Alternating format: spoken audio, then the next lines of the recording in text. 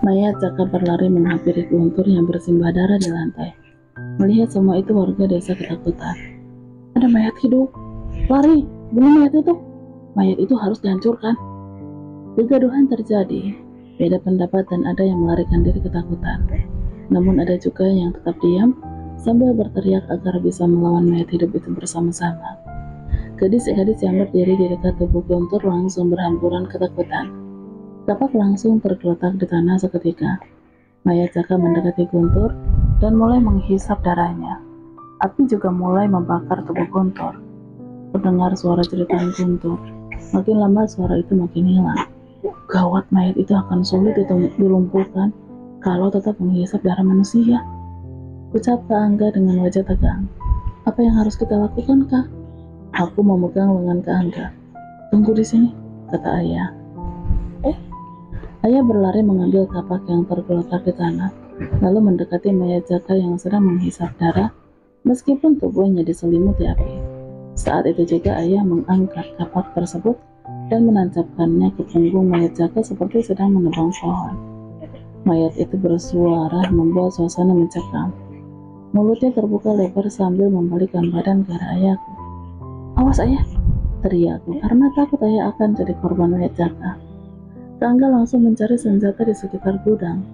Penduduk desa yang menyaksikan itu semua juga ikut mencari senjata seadanya, seperti dahan kayu dan cangkul di dekat gudang.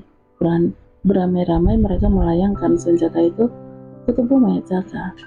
Ayah tidak henti-hentinya melayangkan kapak ke kepala, tangan, ataupun tubuh mayat Jaka. Kerak. Tubuh mayat Jaka terbelah dua seperti batang pohon yang tumbang setelah ditebang. Potongan tubuh mayat itu masih bergerak-gerak. Penduduk desa langsung menghancurkan tubuh mayat Jaka hingga berbentuk potongan lebih kecil, dan akhirnya hangus dimakan api. Saat itu juga, tubuh Guntur juga hangus dimakan api. Kami semua terdiam menyaksikan mayat Guntur hangus dimakan api beserta hangusnya jasad putranya dan rumah besarnya.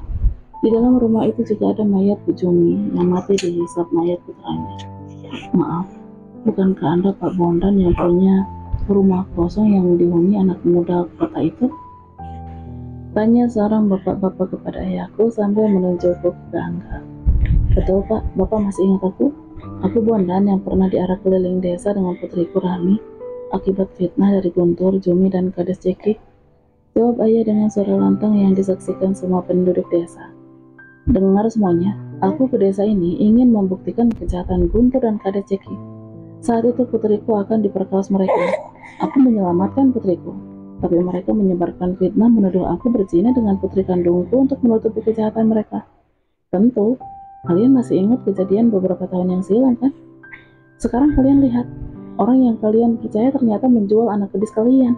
Bahkan perbuatan mereka tidak tercium karena kalian semua percaya kepadanya. Sekarang aku mau membersihkan namaku dan nama almarhum putriku. Ayah menceritakan apa yang sebenarnya terjadi waktu itu. Fitnah kepada ayah dan Kak Rami ulah dari perbuatan Guntur. Ada Ceki dan Bu Jumi yang gila harta. Bahkan meskipun semua ini sudah terbalaskan, rasa sedih kehilangan Kak Rami masih membekas dan mungkin tidak akan hilang. Penduduk desa yang mengenali ayahku langsung meminta maaf. Hari ini nama ayah dan Kak Rami sudah bersih dari fitnahan itu, seiring dengan habisnya nyawa para pelaku yang memfitnah. Maafkan kami Pak Bondan, kami terlalu percaya dengan kepala desa kami. Kami tidak melihat keburukan dari diri mereka. Tolong tinggallah di desa ini, mari bangun lagi desa kita. Kami butuh orang seperti Anda Pak Bondan. Ucap seorang lelaki tua yang disegani di desa ini. Mungkin karena keberanian ayah melawan mayat hidup di saat kejahatan Guntur terungkap, dan banyaknya gadis-gadis yang selamat hari ini. Betul Pak Bondan, tolong gantikan Guntur sebagai kepala desa kami. Timpah salah satu penduduk. Jadilah kepala desa kami, bimbing kami agar desa ini terhindar dari kejahatan terselubung seperti yang dilakukan Guntur. Hidup Kades Bondan, hidup! Ayah terdiam sesaat. Sesekali ayah menatapku dan Kak Angga. Aku dan Kak Angga menganggukkan kepala agar ayah menerima tawaran penduduk desa untuk menjadi kepala desa. Akhirnya ayah menerima tawaran penduduk desa untuk menjadi kepala desa. Rasa lega karena nama baik ayahku kembali, meskipun bertahun-tahun memperjuangkannya.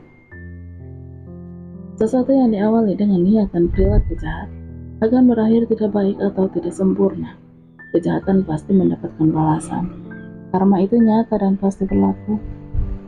Mbak, ayahmu jadi kepala desa ini tidak akan ada lagi kejahatan. Aku bisa lega berjalan di siang hari tanpa rasa takut lagi. Ucap Ningrum tersenyum melihat warga desa bersorak menyambut ayahku. Aku akan bawa kamu kembali ke desa ini. Kita bisa hidup damai di desa yang indah ini. Aku merangkul pundak Ningrum. Ningrum, Ningrum. Tiba-tiba pipi Ningrum berlari mendekat. Seketika dia langsung merangkul Ningrum. Saat itu juga Ningrum melepaskan rangkulan bibinya sambil melotot. Rum, kenapa kamu marah, nak? Tanya bibi Ningrum terkejut.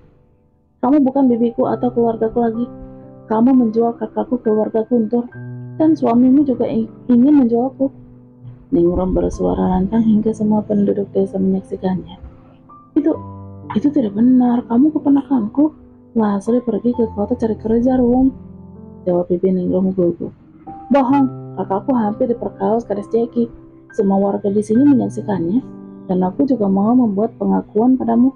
Aku membunuh suamimu. Apa? Tidak mungkin. Tidak mungkin kamu bisa membunuh suamiku. Dia itu pamanmu. Tubuhnya besar dan kuat. Jangan bercanda.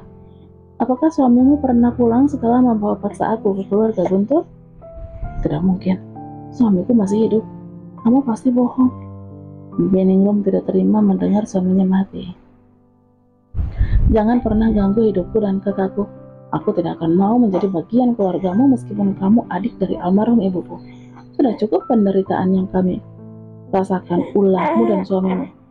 Ningrum meneteskan air mata berbicara. Dasar wanita tidak punya hati.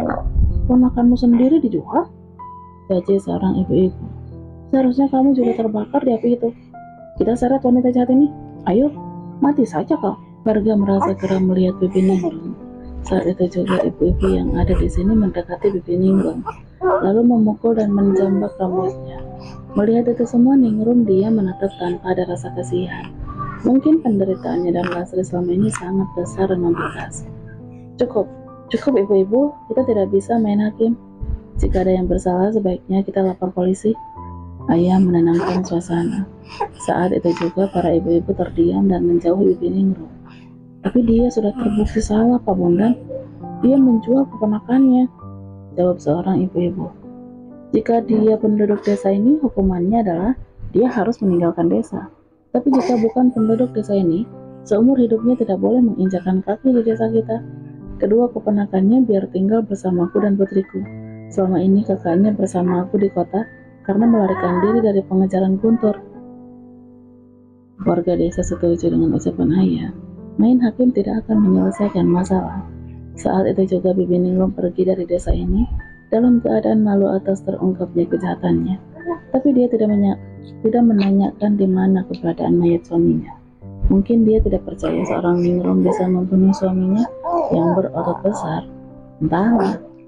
Kak Bima, oh tidak, aku harus membawa bantuan. Kak Bima sedang sekarat, aku harus ke sana. Kak Bima sedang terluka parah. Tolong aku membawanya, aku ingin Kak Bima selamat. Ucapku dengan mata berembun. Aku meminta izin kepada ayah. Aku dan Kak Angga ingin menemui Kak Bima di dekat semak-semak dekat danau. Mbak Irang pasti kesulitan karena dia di sana tidak ada tempat berteduh yang layak. Kak Angga melajukan mobilnya menuju dekat danau. Aku duduk di samping Kak Angga dengan perasaan yang teramat cemas. Aku takut Bima tidak tertolong dan aku kehilangannya. Membayangkannya saja aku tidak sanggup. Aku belum sanggup kehilangannya. Aku belum sanggup. Bima ada di tengah-tengah semak pohon di sana, Kak. Ucapku sambil menunjuk ke arah semak-semak tinggi di dekat danau. Kak Angga memarkir mobil, lalu kami berjalan masuk ke semak-semak itu. Karena jalan yang kami tempuh tidak bisa dilalui mobil. Cepat, Kak, kata aku berjalan di depan Kak Angga. Iya, Kay. Jawab Kak Angga berusaha melangkah cepat. Tapi matanya melihat sekitar semak-semak. Mungkin was-was karena binatang berbisa. Itu lokasinya, Kak? Aku menunjuk pohon yang tidak jauh dari kami melangkah. Sampai di dekat pohon lokasi aku meninggalkan Bima bersama Mbak Ireng, aku terperanjat melihat tanah sekitar pohon. Banyak darah berceceran. Hanya ada sisa api unggun yang pernah aku buat. Tidak terlihat Mbak Ireng dan Bima. Kenapa mereka tidak ada? Ucapku dengan perasaan tidak enak. Aku takut terjadi sesuatu pada Bima. Oh tidak, apa yang terjadi? Kenapa banyak darah berceceran? Di mana Bima dan Mbak Ireng? Kenapa mereka tidak ada? Dan kenapa banyak darah berceceran di tanah? Api unggun yang aku buat hanya menyisakan darah berasap. Kamu yakin ini tempatnya, Kak? Tanya Kak Angga menatapku. Yakin Kak, meskipun malam aku masih sangat ingat. Ini api unggun yang aku buat untuk membakar pisau digunakan untuk mengeluarkan peluru. Jawabku menunjuk bekas api unggun. Gelap malam diterangi sinar bulan. Aku dan Kak Angga menggunakan sinar senter ke sekitar. Tidak ada satupun manusia lain yang terlihat. Hanya semak-semak dan pohon-pohon yang mengelilingi tempat kami berpijak. Biar aku periksa ke sekitar tempat ini, mana tahu ada petunjuk. Kak Angga memeriksa semak-semak yang tidak begitu jauh. Aku terpaku dengan perasaan yang teramat khawatir. Aku takut terjadi sesuatu dengan Bima. Oke, coba kita cari ke rumah Mbak Ireng. Mana tahu Bima dibawa ke sana. Idenya Kak Angga benar juga. Tanpa berpikir panjang, kami segera melangkah meninggalkan tempat itu menuju mobil. Rasanya aku ingin cepat sampai. Keadaan Bima sedang sekarat. Mbak Ireng bilang lukanya sangat parah. Bima tidak sadarkan diri. Dalam perjalanan di atas mobil, aku selalu melihat keluar jendela, berharap menemukan Bima dan Mbak Ireng. Tapi percuma, apa yang aku inginkan tidak aku dapatkan. Aku tidak melihat apa yang ingin aku lihat. Untuk menuju ke rumah Mbak Ireng, kami harus berjalan kaki dari dekat rumah kayu dan terus jauh ke belakang melalui semak-semak. Tidak ada waktu bagiku memberitahu ayah atau meminta bantuan warga mencari keberadaan Bima. Aku ingin pastikan dulu di rumah Mbak Ireng. Warga pasti salah paham dengan Bima karena mereka hanya tahu kalau Bima anak Guntur dan Bojongnya. Untuk menjelaskan akan makan waktu lama. Aku takut Bima tidak tertolong. Jangan terburu-buru, Kay. Aku takut ada ular. Ucap Kak Angga melangkah di belakangku. Cepat Kak, rumah Mbak Ireng masih di ujung sana. Jawab aku melangkah cepat sambil menggunakan senter menerangi jalan. Saat aku melewati sebuah pohon, pikiran aku teringat dengan sebuah kenangan. Kenangan bersama Bima di saat dia menolongku setelah kakiku tertembak. Kami bersandar di bawah pohon dengan satu kain sarung. Saat itu aku belum begitu menyadari perasaan aku pada Bima. Tapi sekarang jika perasaan aku seperti ini, aku ingin itu terulang lagi. Akan aku peluk dia.